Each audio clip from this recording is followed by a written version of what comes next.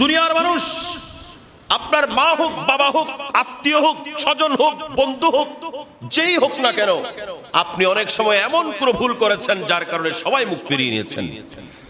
কিন্তু একবার কি চিন্তা করেছি কখনো, সকাল থেকে সন্ধ্যা পর্যন্ত যে আল্লাহ আমাকে সৃষ্টি করেছেন, যেই রব আমাকে সৃজন করেছেন, যেই রব আমাকে রিজিক দিচ্ছেন, যেই রব আমাকে শ্বাস ফেলার শক্তি দিয়েছেন, যেই রব আমাকে হাঁটার শক্তি দিয়েছেন, যেই রব আমাকে আমার সুস্থ হাতে ধরার শক্তি দিয়েছেন, যেই রব আমাকে একটা জিহ্বা দিয়েছেন যার মাধ্যমে টেস্ট করছি, যেই রব আমাকে একটা মুখ দিয়েছেন যেটা দিয়ে পান করছি, খাচ্ছি, যেই রব আমাকে চক্ষু দিয়েছেন যেই চোখ দিয়ে আমি দেখতে পাচ্ছি, আমার ভাইরা কখনো কি চিন্তা করেছি যে ব্রেন আমাকে আল্লাহ দিয়েছেন, এই ব্রেন দিয়ে সারা পৃথিবীর কত কিছু মেমোরাইজ করছি, কত কিছু কাজ করছি, কত বিষয় নিয়ে চিন্তা করছি, তাদাব্বুর করছি।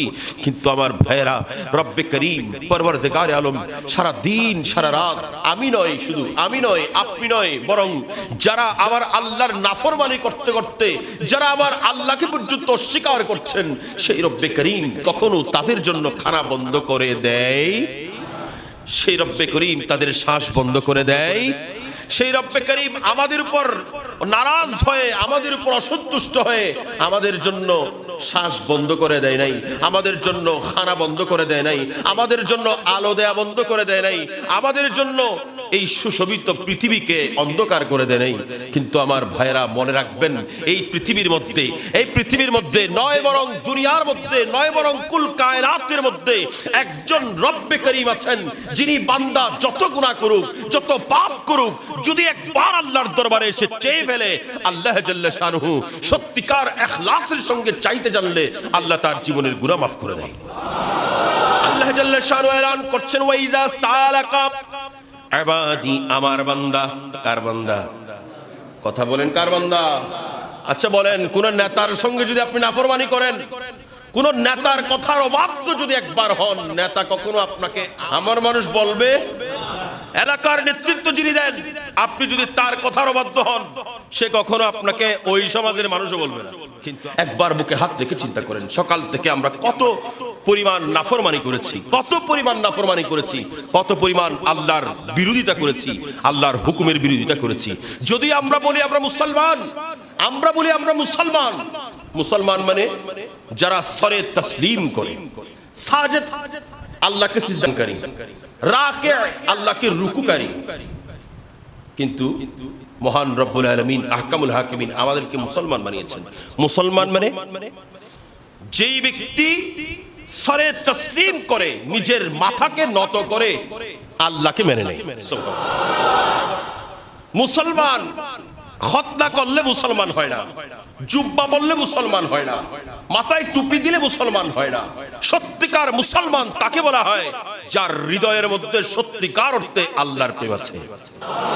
দুনিয়ার মানুষ আপনাকে অস্বীকার করবে না, দুনিয়ার মানুষ আপনি নাফরমানি করলে, আপনি ওনার বিরোধিতা করলে, ওনার বিরুদ্ধে কোনো কথা বললেই নয় বরং ওনার হুকুমের একটু বিরোধিতা করলে, উনি আপনাকে ডানে যেতে বলেছেন, আপনি বামে গেলে আপনাকে ওনার দল থেকে বের করে দেবেন, আপনার সঙ্গে ওনার কানেকশন কেটে দেবেন, ওনার কানেকশন ডিসকানেক্ট হয়ে যাবে।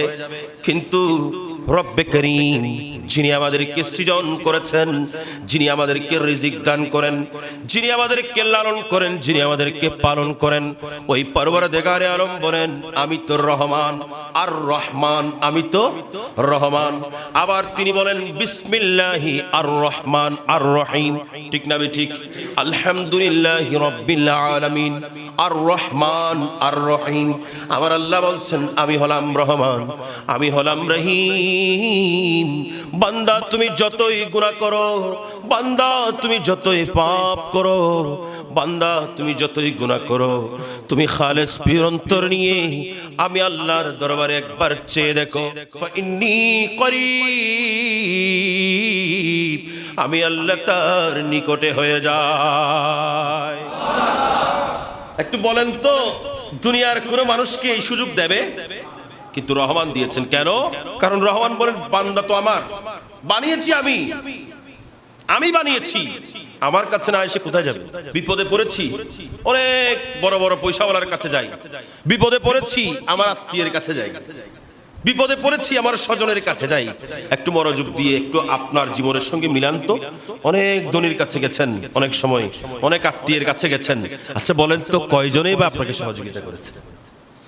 কেউ সহযোগিতা করেছেন, কেউ সহযোগিতার নামে আত্মসাৎ করেছেন, কেউ সহযোগিতার নামে আপনার ফটো তুলে ফেসবুকে ছেড়ে দিয়েছে। কিন্তু রব তাআলা কখনো কি ফেসবুকে ছেড়ে দিয়েছে? রব তাআলা আপনাকে সহযোগিতা করেছেন, চিন্তা করেছেন? আল্লাহ ডাক দিচ্ছেন, তুমি যখন সব কান থেকে নিরাশ হয়ে গেছো, তুমি সুসাইড করার দরকার নাই, তুমি ইয়াবা সেবন করার দরকার নাই, তুমি মদ্যপান করার দরকার নাই। আমার ভাইরা, এখন দেখবেন অনেক ছেলেরা, নওজওয়ান ছেলেরা মদের মধ্যে, মদের নেশায় পাগল হয়ে যায়, ঠিক না বেঠিক? ইয়াবার নেশায়, বাবার নেশায় পাগল হয়ে যায়। ইয়াবা বাবা সেবন করতে করতে নিজের জীবন শেষ করে দেয়। কি হয়েছে বাবা, তোমার কি সমস্যা?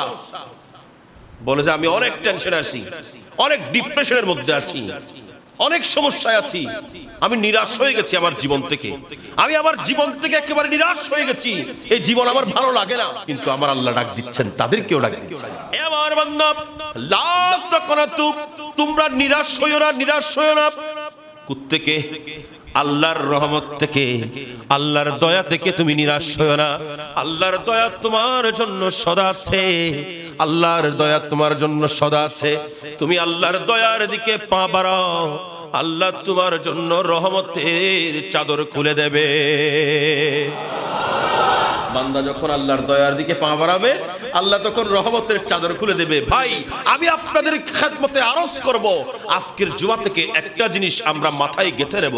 আমি যখন কোনো ব্যাপারে নিরাশ হয়ে যাই, কোনো ব্যাপারে যখন আমি অস্থির হয়ে যাই, কোনো ব্যাপারে যখন ডিপ্রেশন কাজ করে, তখন আমি কোনো আত্মীয়ের কাছে নয়, তখন আমি কোনো ধনীর কাছে নয়, বরং আমি এসে আল্লাহর দরবারে সিজদায় পড়ে আল্লাহর দরবারে কাঁদবো। নিশ্চয়ই সেই প্রভু যিনি আমাকে সৃজন করেছেন, যিনি আমাকে এত সুন্দর সূরত দান করেছেন, আহসান সূরত দান করেছেন, যিনি আমাকে ইবাদত করার শক্তি দিয়েছেন, যিনি আমাকে খাওয়ার শক্তি দিয়েছেন, যিনি আমাকে চলার শক্তি দিয়েছেন, যিনি আমাকে শ্বাস নেওয়ার শক্তি দিয়েছেন, যিনি আমাকে দুনিয়ার মধ্যে জীবিত রেখেছেন, সেই আল্লাহ জাল্লা শানুহু নিশ্চয়ই আমার সমস্যার সমাধান করবেন।